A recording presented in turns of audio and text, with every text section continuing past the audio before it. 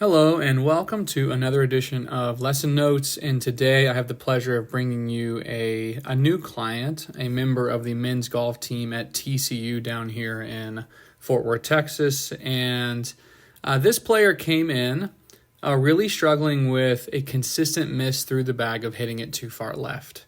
And so that's the framework of where we're starting. So starting at address, really thinking through that, anything in the setup, grip. And what we really determined is that everything in the setup is fine for the most part, and then it really was more dynamic in nature. So I'm going to walk you through the before video, which is on the left, and some things that we found that we weren't necessarily intending to find, mainly club head speed. So let's just play this out, and you can kind of see kind of where I was going. And you know what I'll do is I'm going to play this swing out, and I would just like for you to kind of think as you watch this, are you seeing anything that would likely lead to a ball that is going too far left? And in this case with his irons, it's definitely starting too far left. You can see the TrackMan data here is the path is 3 degrees right with the face 1 degree closed relative to the target. So that would be a pull draw for sure. So let's go through this. And again, it's always important to be able to identify things visually that actually correlate with where the ball is going. So right off the bat, we can see that the club head in general is pretty inside and very, very close relative to, let's say, toe up, right? So that there's the club face. You can see that face is kind of facing the ground, just like that. So I would say that's in and shut. Now from here, this is fairly normal that the club is going to be flat there. Now watch, it's going to have to steepen, right? Everything is relative to this line. So it's flat to steep, and now it goes across. And we can see at this position at the top that the face is pretty strong. So anytime at the top of the backswing that you see the club face, that would be shut. Okay, now that doesn't mean it's always going to go left, but in general, that is shut. The other thing that we will notice is that his arm swing is fairly short. Now he's swinging, this is a 6-iron at 93 miles an hour. That's very, very fast. But I'm already starting to think, man, I wonder if we could get a little bit more club head speed. Again, he's playing very, very big-time Division I golf, and so hitting the ball far is definitely a separator. And so if we can find 2, 3, 4 miles an hour, we would obviously want to do that. Now, all that to say, that's what it looks like on the backswing. If you've watched any of these lesson notes, I generally say that the backswing kind of sets up the downswing. So let's kind of play this out and see. Okay, so we're starting to see that the face is definitely, you can see right there, the face is definitely coming in a little bit strong. And right there, that's a lot of like early closure of the club face. And so that ball is going to likely go left. Really nice pivot. He kind of came into the session thinking that maybe he was getting a little bit flippy. I'm not posting the face on, but he definitely had plenty of shaft lean, so that was not why it was going left. So what we're identifying is that it's too inside and shut. At the top of the backswing, it's too shut. And then basically he's having to do things like hold it off or feel the face open the downswing, which over rounds and rounds and rounds of golf, you're likely going to hit some shots left. If you think about if you hit 1 out of every 10 shots left, well, that's probably 6 or 7 over a 2-day event, 3 or 4 around. And so, if you're doing that and making bogey or double every time, that's a pretty big problem. So you can see here on the right, there's not a huge setup change. In fact, I don't think we really change anything in his setup, maybe a little bit with ball position. But you can see here I have this swing guide, this yellow training aid on the golf club. And what that's helpful for is a couple things. One would be hinge plane, and then 2 would be face orientation. So in this case, we're going to be using it to get the face much more open.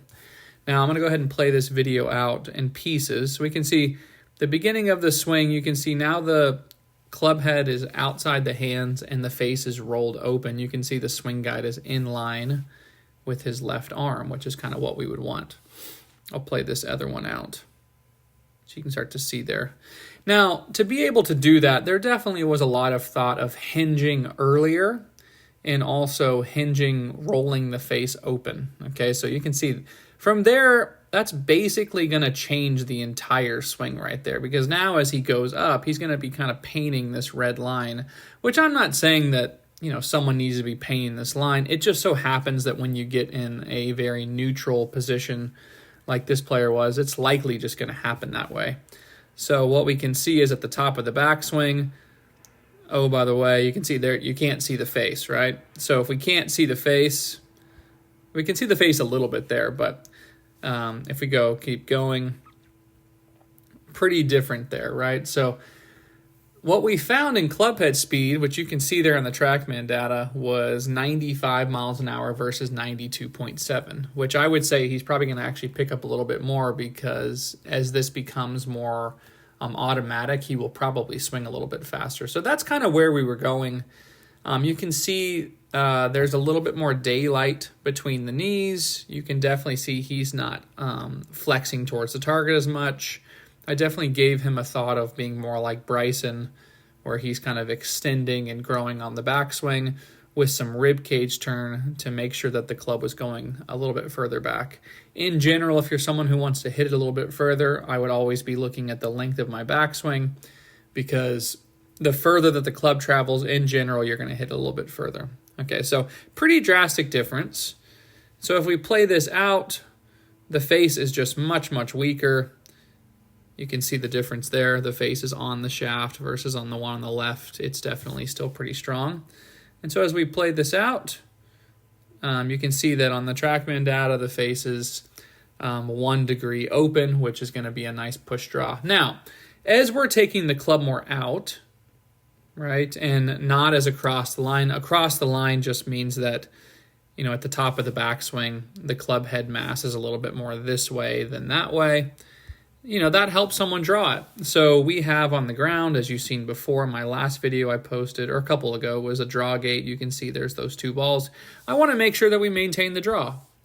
You know, he came in saying that he wants to hit a draw, so we need to hit a draw. So I have that on the ground as kind of an external thing that just forces the path to be to the right. You know, he already has plenty to think about on the backswing, to where I'd like the downswing to be a little bit more automatic. So in summary, you know, if you're hitting it left or you're hitting it right, you know, in general, I would be looking at the club face. That's usually the lowest hanging fruit, you know, apart from ball position or something in your setup. And again, you need to be able to identify things very objectively on video. It's not going to be something like rhythm or timing with stuff like this. You know, we want to be able to swing fast. We want to be able to swing hard. We don't want to have to slow down in order to hit it how we want. So hopefully you found this video helpful. Would love a comment if you did. If you've never tried the swing guide, I would highly recommend it if you struggle with face orientation. And best of luck next time you're at the range.